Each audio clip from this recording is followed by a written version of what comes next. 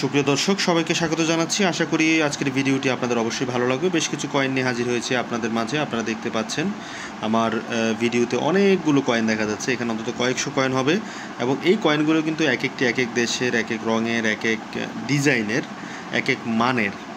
আপনারা দেখতে পাচ্ছেন প্রথমেই একটি প্যান্থার চিতাবাঘ।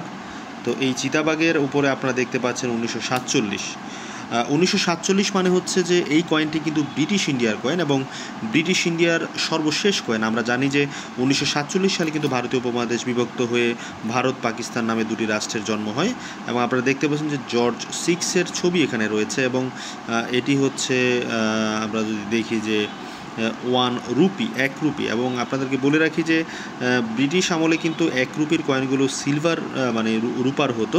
তো এই কয়েনটি কিন্তু 1947 সালে অ্যালুমিনিয়াম এবং নিকেলের মিশ্রণে করা হয়েছিল। বেশ ভারী এবং বেশ ওজন রয়েছে কয়েনটির। 1947 সালের 1 রুপি।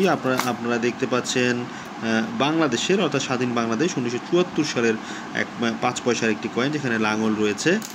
আমরা আরও দেখতে পাচ্ছি এখানে একটি কয়েন দেখা যাচ্ছে 1 দিরহাম। 1 দিরহাম আমরা জানি যে ইউনাইটেড আরব আমিরাত অর্থাৎ সংযুক্ত আরব আমিরাতের 1 দিরহাম। এটিও কিন্তু মোটামুটি পুরাতন একটি কয়েন।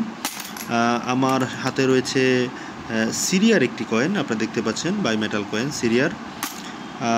আমরা যদি আপনাদেরকে দেখাই এখানে একটি কয়েন রয়েছে, এটি কিন্তু পাকিস্তান, গভর্নমেন্ট অফ পাকিস্তান 1949 সাল, অর্থাৎ বাংলাদেশ এবং পাকিস্তান যখন একই সাথে ছিল পূর্ব পাকিস্তান এবং পশ্চিম পাকিস্তান নামে।